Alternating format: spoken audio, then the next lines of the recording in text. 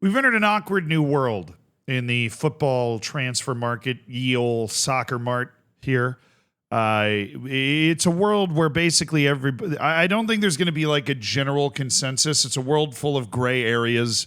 And it's going to make a lot of people uncomfortable. Some of it's going to make a lot of people uncomfortable, but it's just the way that it's been working for a little while now, especially in the era of FFP. This is just the way that agents and owners prefer to do business because it makes more sense for the club that's buying at the end of the day.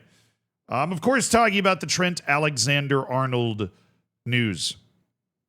But what I'm not going to do is I'm not going to sit here and tell you exactly how you're supposed to feel about this. I'm not a Liverpool fan. Quite frankly, I don't really care. I think it's going to be interesting to see Trent Alexander-Arnold go to Real Madrid, and that's definitely where he's headed. Anybody that comes into any stream chats anywhere and says, like, well, do you think he's going to go? Yeah, he's going to go. Obviously, he's going to go. They've been trying to keep the news under wraps for as long as they could, but he's probably known he was going to go for at least a year.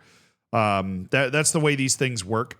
I've heard, it brings back memories of that Antonio Rudiger transfer, right? Where he said that, after he got injured, it was like 4 years before he went to Real Madrid, Florentino Perez called him, sent him an email, and it was like, hey, we think you could be a Real Madrid player one day. Good luck with your recovery. Love watching you play, that sort of stuff. And then it just plants the seed in their mind, right, that they could go to Real Madrid someday. I wouldn't be surprised if Florentino Perez had texted Trent, after they won the Champions League or something, was like, hey, I really see you being a Real Madrid player one day. Love the way you're playing. Hopefully that ends up working out, right? He's diabolical, Florentino Perez, when it comes to being able to plant that idea in people's heads.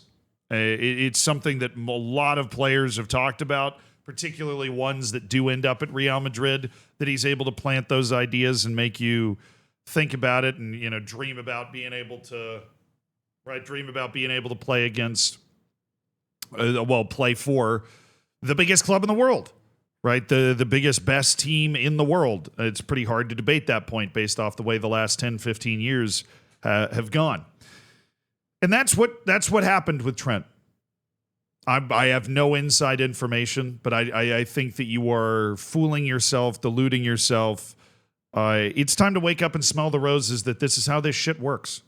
Trent probably knew for years that he was going to go to Real Madrid, and he probably knew for at least a year that they wanted to do it at the end of his contract. Is that a bad thing? I don't know. If you're a Liverpool fan, it feels dirty, right, watching this, but do you really blame Trent? I mean, let's not kid ourselves. Liverpool's a massive club that's capable of winning Premier Leagues and Champions Leagues and whatever, but Real Madrid has this drug-like effect. It's almost like an addiction on certain footballers that they feel like that is the pinnacle of their career would be to go and play at Real Madrid. That is the best possible place that you could end up at the end of the day. One of the few people I've ever seen resist that was Alphonso Davies, where he ended up staying at Bayern Munich, which, if I'm also going to be honest, I think Bayern is a bit bigger of a club than Liverpool, at least in terms of that international appeal. I mean, we forget about like how well Bayern markets itself all over the world, the amount of money they bring in, the amount of money they're able to bring to bear, the amount of marketing opportunities and how big that feels, and the number of trophies that you're able to win at Bayern's just going to be bigger than the number of trophies you're able to win at Liverpool. Part of that's because of the teams you're playing against domestically, and part of that's because Bayern is just one of those clubs that's disgustingly well run, like reprehensibly well run. Liverpool's very well run too, right? But if we're just talking about where teams are stacking up, I think I'm putting Bayern just ahead of Liverpool in my club rankings. But the point of this video isn't my personal club rankings, which could change if I get hit by a breeze blown in the other direction. I go, you know what? Maybe Liverpool is better than Bayern, right? The point is that the transfer window has been taken over by these backroom deals, which always existed, but that seem to be increasing in regularity, where a player leads a club on, leads that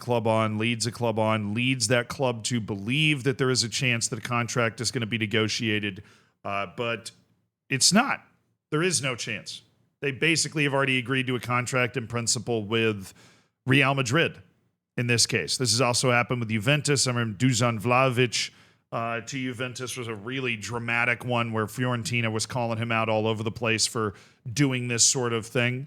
Trying to, he's not negotiating in good faith. He's never going to sign a new contract. We know he's trying to leave on a free at the end of the year. That's what Trent's doing. That's what I wouldn't be surprised if 2 years ago Trent knew he was going to Real Madrid at the end of his contract. Now, this doesn't mean he didn't love Liverpool, doesn't love Liverpool now, that he didn't enjoy it. I mean, he's been at the club since he was 6 years old, right? That's 19 years playing for Liverpool. Born and bred. As born and bred as you could possibly be. That he's won all of the major trophies with Liverpool in that time. Which is, as far as most footballers go, the biggest, best dream that you could possibly achieve. Being able to win all of those major trophies with your boyhood club. I mean, that's a magic experience, right? One that obviously most footballers, the vast majority of footballers, don't even get to experience. All of that stuff still happened.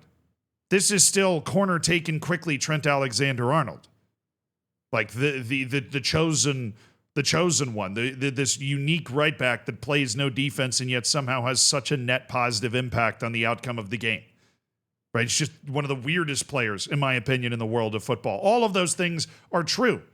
Kiss in the badge type Liverpool player who also just at a certain point decided that he wanted to leave and go to Real Madrid. And in the way that he did that, gives Liverpool no discernible bonus. He did not force a move in which money had to be paid. And that is entirely possible, or it is entirely possible that Real Madrid made it clear they wouldn't entertain that. And that the only way he would be able to join Real Madrid is if he colluded in some way to run that contract down so that he could leave and go there. But why is this awkward? Because now if you are a Liverpool fan, if you're a football fan, you have to balance all of that. What do you do now? When Trent Alexander-Arnold takes the field, do you boo? Do you cheer? When he scores and kisses the badge and wants a proper send-off from the club that he's played at since he was 6, do you endorse that? Do you support that? Or do you not? Is it fair to be incredibly mean and angry towards a player that is also given the club so much? Do you want to support his move to be a Galactico and to go to Real Madrid and be on this all-star, superstar, world star team? Or do you want to be mad about the fact that he felt like he didn't want to stay at Liverpool for the rest of his career? I don't know. If I was a Liverpool fan, I don't know how I would feel. Probably uncomfortable with the whole thing. Because for a long time, you lived with a reality where Trent Alexander-Arnold was born and bred, right? He was the epitome of everything that Liverpool hoped their academy could be, right? He's the beauty of football and that an academy kid can come through and get to this point with their club. Then you just lived in a reality where that was true, and now all of a sudden you find out that there's a caveat in that reality that there is a club that he would rather play for. Because that's what this boils down to. He'd rather play for Real Madrid. Maybe that's because he's already accomplished the things he felt like he could accomplish with Liverpool. Maybe that's just a personal ambition, a personal goal, a personal vendetta. But he would rather play, Trent Alexander-Arnold would rather play for Real Madrid. This has nothing to do with the fucking contracts. Absolutely nothing. This isn't a money decision.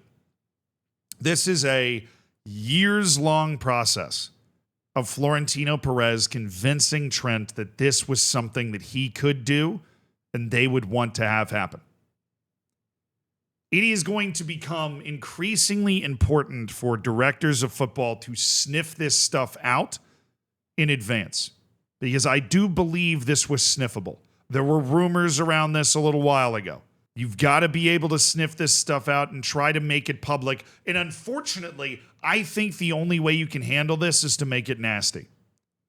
Because if I am right, in my sense, based off studying and understanding the way Florentino Perez has done this other times, which would mean he talked to Trent for the first time years ago and planted the idea and checked in on him from time to time, and then casually brought up the idea like, hey, we'd love to have you at the end of that contract or whatever, right? And those conversations slowly intensified, but the idea was always festering in Trent's mind. The problem in that situation is that it's not like Trent wants to go to a lot of places. Right? It's not like if you get $100 million from PSG that Trent's going to want to go there all of a sudden instead of waiting for Real Madrid.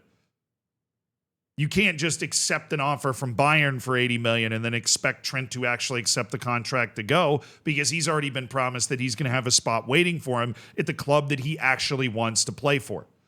I think the only way you can deal with this as a director of football, if you want to get value, is you have to make it nasty. You have to basically go public and say, look, we only want players that really see their long-term future here. And we know that there have been preliminary discussions between Trent and Real Madrid. And as such, we are not going to play Trent Alexander-Arnold, as we don't believe that he's fully invested with the club. If they come up with a transfer offer, we'd be happy to accept it. And if he wants to sit on the bench for a year and a half or 2 years, then that's fine. The other option, if you are okay with not getting any money for one of the best fullbacks in the world, which is obviously tough, is to just accept the fact that he's going to leave. That's a big-time loser position, to be perfectly honest.